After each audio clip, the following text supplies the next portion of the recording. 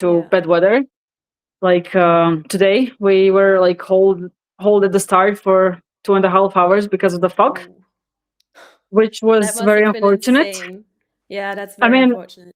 it's very unfortunate because it's the Olympics, and we only got one training run yesterday, which was in a bad weather and bad snow conditions.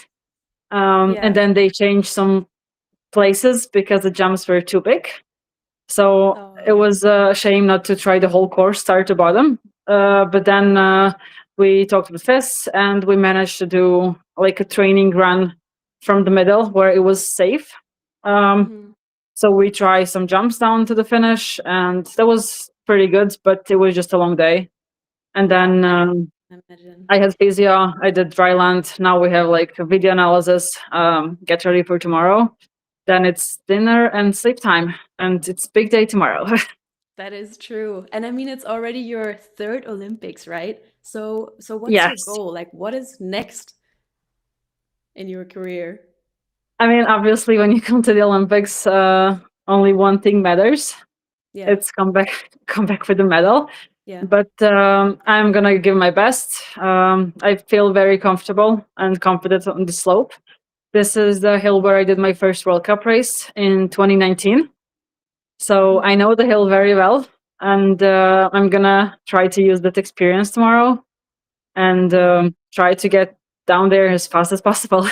Yeah, for sure. But I mean, talking about racing and down the hill, and that must come with like so much stress. And how do you do with stress? And do you have like any rituals maybe that help you deal with that high pressure moments? Yeah, I feel like when I ski speed downhill and super G, it's so much mental, like mentally tiring that Yeah, I sometimes just ask the coaches like, can we go do a GS run? yeah, Um, just to like kind of relax a bit. But then you also get used to it. Like for yeah, me, usually at the beginning of the season, I'm really nervous because like I didn't have teammates to train with. I don't know if I'm fast, if I'm slow. Like yeah, it's always kind of a uncertainty. So it's like always a bit of struggle with sleep. yeah, But now I try to like I manage to work with it, like do some meditation before bed, and yeah. that kind of helps. But Okay, then that like sounds, yeah. I mean every day you do a speed training, you get more Mhm. experience. Yeah, So I think like I have quite some at this point, and I kind of know how to deal with that. And yeah. especially like when you have delays like today, I could see like some of the young girls Mm, starting late. You could see yeah, like how nervous they were, as like they want to do the run because they don't know the hill, and they have to do a Olympic race tomorrow. So I completely understand that. yeah. So I mean, it's not easy, whatever sport you do, definitely. Yeah, for sure. I mean, just from my perspective, we in Park and Pipe we have quite a community. How's the friendship with like other girls in the alpine skiing world? Because we see a picture here now with the Swiss girls. Do you have like Yeah, it's friends? yeah, it's Delia and Janine.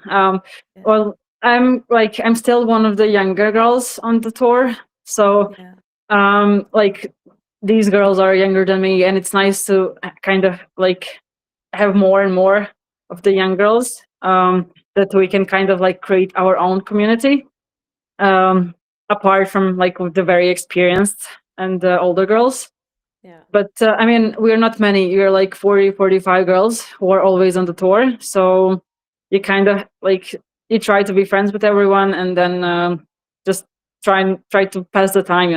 You spend yeah. so much time together at the end that like it's for sure good if you get along. Yeah, definitely. Yeah, so much for alpine skiing. Right now, we'll come back to you in a little bit. Let's move on to cross country because there was a big competition today as well, which brings us right to our next guest, which is a very special guest because she is the first Indian cross country skier, and she had her debut in Ruka in November 2025, and now she's trying to get those points and tries to qualify for the next Olympics. So welcome, Bhavani Tekada. I hope she can hear us and see us in a second. There she is. Hi, hi, hi, everyone. Hi, how are you? And where are you coming? Where are you streaming from? Yeah, hi. I'm right now in India, in Kashmir, in the Himalayas, doing my training. After the World Cup, I took a break, but now back at training for the next Olympics. I think that's how the athlete Yeah. lives goes on. Yeah, for sure. You Yeah. definitely have to walk us a little bit through your career. Like, where does this Olympic dream come from? When you're born in India, which is like a nation that is not really known for skiing, cross-country skiing in particular. I mean, you do have beautiful mountains and lots of snow, but that's amazing. Yeah, I mean, to be honest, until I was 20, I didn't even know winter sports existed. I had never seen snow in my life until I was 20 years old. But yeah, I somehow ended up coming to the Himalayan mountains, and I tried alpine skiing in 2018 for the first time. And I was in love with Lindsey Vonn, and I started watching her in the 2018 Olympic because that's the only name I knew in winter sports at that point.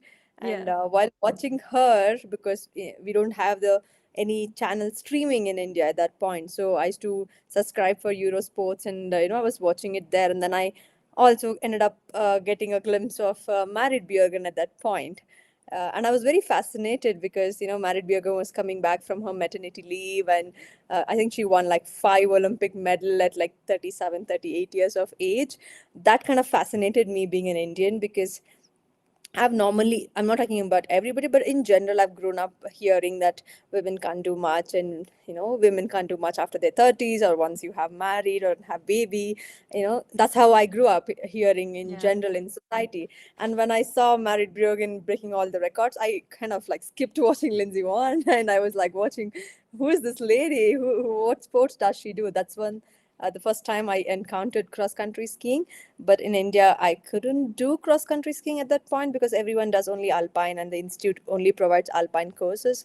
So I did my Alpine for 2 years. And luckily, I was given a chance 2 years down the line to try cross country yeah, skiing by some military people over here. And I took the chance and I tried it for fun. And I used to watch Marit Bjørgen's video because we didn't have anybody in India to teach me cross country. So I kept watching her video whole during the lockdown, and here I am yeah. today representing India in cross country skiing. That's pretty amazing. I'm not sure if we do have pictures from you with maybe Marit or yeah, or maybe you can walk us through your memories from Trondheim for a second. Yeah, I think this was in Ruka. So this is my first World Cup debut this year. I think this is the first World Cup debut for any Indian athlete in winter sports, like in skiing, Yeah, ski and snowboard. So I think this yeah. is this is one of the best That memories for me. that's yeah. That's pretty amazing. And how? Oh yeah, now you can see the picture. That Yeah, looks pretty cool. Also, pretty that's I huge think crowd in the the background. That's amazing. yeah, they played a Bollywood song when I was entering No my way. yeah, it was in Switzerland World Cup, so they played a Bollywood song during my finish. That was That's pretty amazing. amazing. And then you train in India? How do you train in India? I mean, I come up to the Himalayas in Kashmir. We have a beautiful mountains. Yes, we struggle a little bit with the infrastructure, but it's improving. So I do summer training with roller skis in the Himalayas, and in the winters I come to Kashmir and do training. And obviously I've been traveling to Europe to learn and gain more experience Yeah, to learn the techniques. I've been traveling to Finland, Norway, and Italy, and all these yeah. countries to train. Lots of traveling involved, I guess. Which brings us to a next topic, which is the hot take. So, yeah, which cross-country format is actually your favorite? For me, I actually love kilometer race, but watching the sprint, I mean, like I personally not a sprinter, but I love watching sprint because it's really, really Yeah, crazy uh, how the yeah, heat that's super exciting. works. So Yeah. today we had a little hot take in on our FIS socials, and Okay. so the voting came out and about the men's skiathlon, which is tomorrow. So Yes. do you guys what do you think about this voting? I mean, we have a mix of Pellegrino, which is just a local legend, I guess. Second, Yes. he got second at the last race, and then Gus, who is, I think, in really great shape and maybe kind of a dark horse, and then Korostelev, who's under the neutral flag, and he's just a youngster. So what do you guys think? Maybe the Italian guy, because it's home ground, so I'm expecting that he might be the one. And but yeah, you never know what Clavo does, because he's just uh, like a shocker to everyone. He just comes out of Yeah. nowhere sometimes. Yeah, and I guess sometimes the Olympics, they just bring up those stories where those underdogs just, I don't know, have the Yeah, day of true. their lives and get a gold medal. You never know. But yeah, speaking of gold medals, moment of the day. So let's have a little look on some photos of today. And yeah, we definitely have to cover some cross country and some downhill. And I hope we can see, yeah, the gold medal. That was Oh, pretty freedom. special. I think she had such an amazing performance. What do you think? Oh, I mean, like, great. Like, I have watched her personally during the World Cup, journey, and she's amazing. Like, I think the whole Swedish women team is like really crazy in cross country skiing at this point. Yeah, definitely. And let's talk about you have a very special friend as well. I think I've heard. Um, Yeah.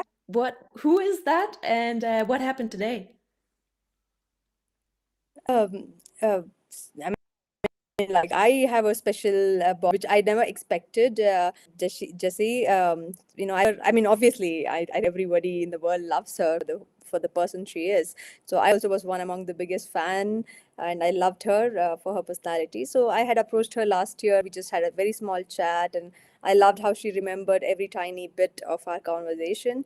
And again, this year during the World Cup, we got to meet again and travel together, and compete Yeah, together. that's So that was really amazing how she connects with everybody, and how she'll be there, because I was all alone. I didn't have a team during the World Cup. Like, I was traveling alone, like no coach, no technician, back technician, or anybody. But I still used to get a message from Jessie before all my races, wishing me luck. And she used to be on the track screaming my name loud there, like the whole stadium is screaming her name, and she used to be like, "Go Bhavani, go Bhavani." So I think that's a really special moment for me. Oh, that's a very sweet story actually. And it's always good to have someone on the tour and to not be alone.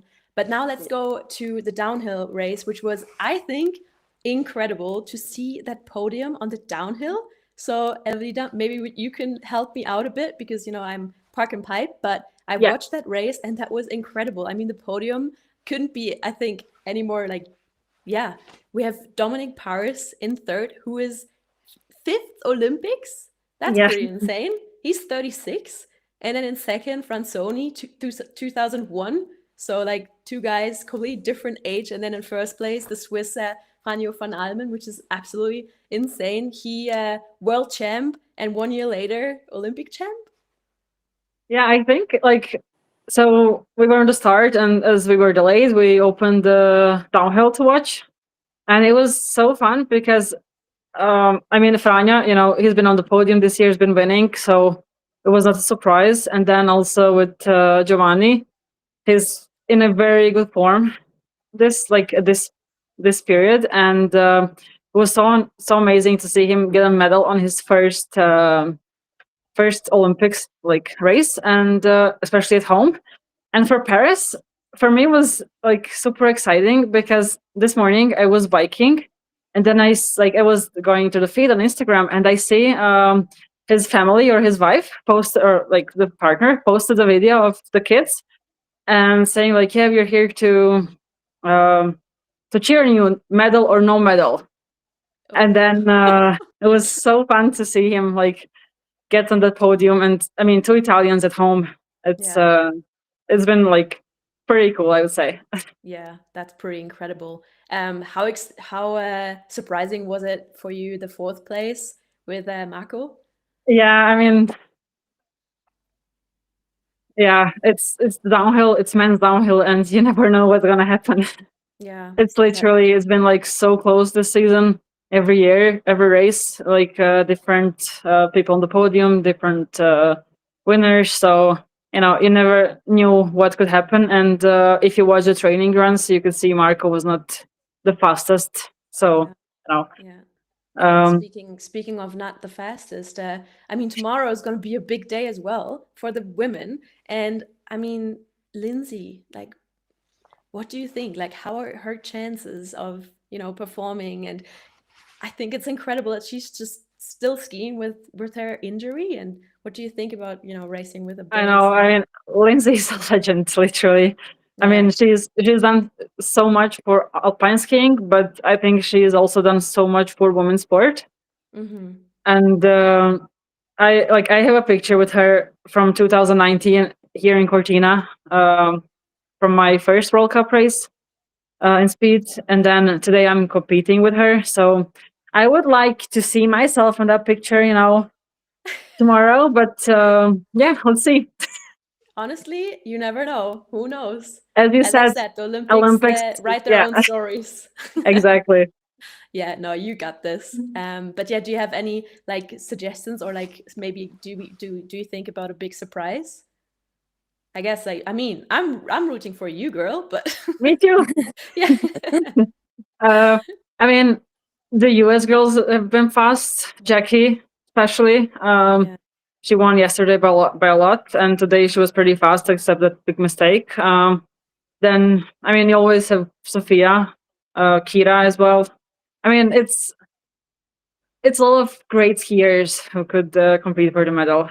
Yeah. So we'll see What tomorrow. what do you think, like how can you compare the two courses, like Bormio and Well, Milano? honestly, I haven't paid a lot of attention. I know Bormia is like one of the hardest for men when they have it in December, but now it's like more snow and then better light. I'm not sure how tough or not tough has it been. Like I haven't really paid too much attention, honestly, with Yeah. my schedule. But Cortina for women is like one of the classics and probably one of the hardest downhill slopes because you have a pretty high speed coming to big jumps. So I mean, it's one of my favorite and one of the most exciting downhill courses for women. That's pretty good. That's Yeah, one of your favorites, you know? yeah, I know. Perfect.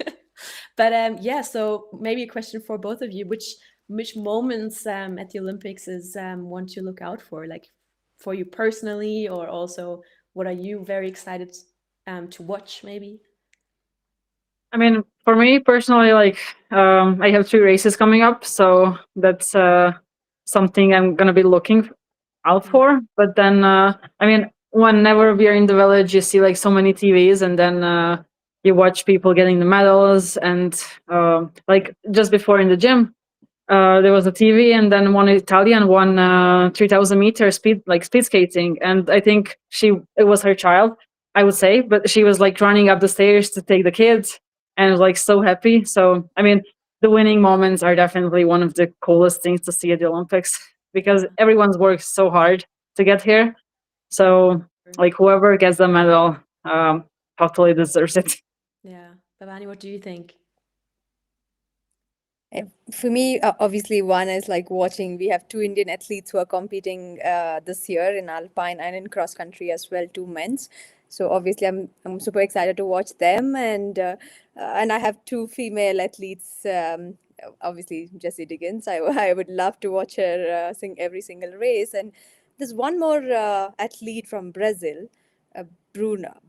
I hope I'm pronouncing her name right. She's one athlete. I have the story which has like really connected me and inspired me a lot. I met her during the World Championship, and I'm going to be rooting for her. I'm pretty excited to watch her For actually. sure. And I mean, you were talking about inspiration, but I think you are an inspiration yourself for lots of young kids, maybe in India as well. How is that whole setup in India with the federation and the help and yeah, what kind of role do you play as I an mean, inspiration? like, how do I say? When I started it, yes, we didn't have many people doing and stuff. But I think over the years, as I have been an athlete, I've seen the growth in winter sports in India. A lot of people are coming up. Like, we have few ski course institutes, like government-run institutes in India, which trains alpine athletes, like do alpine courses.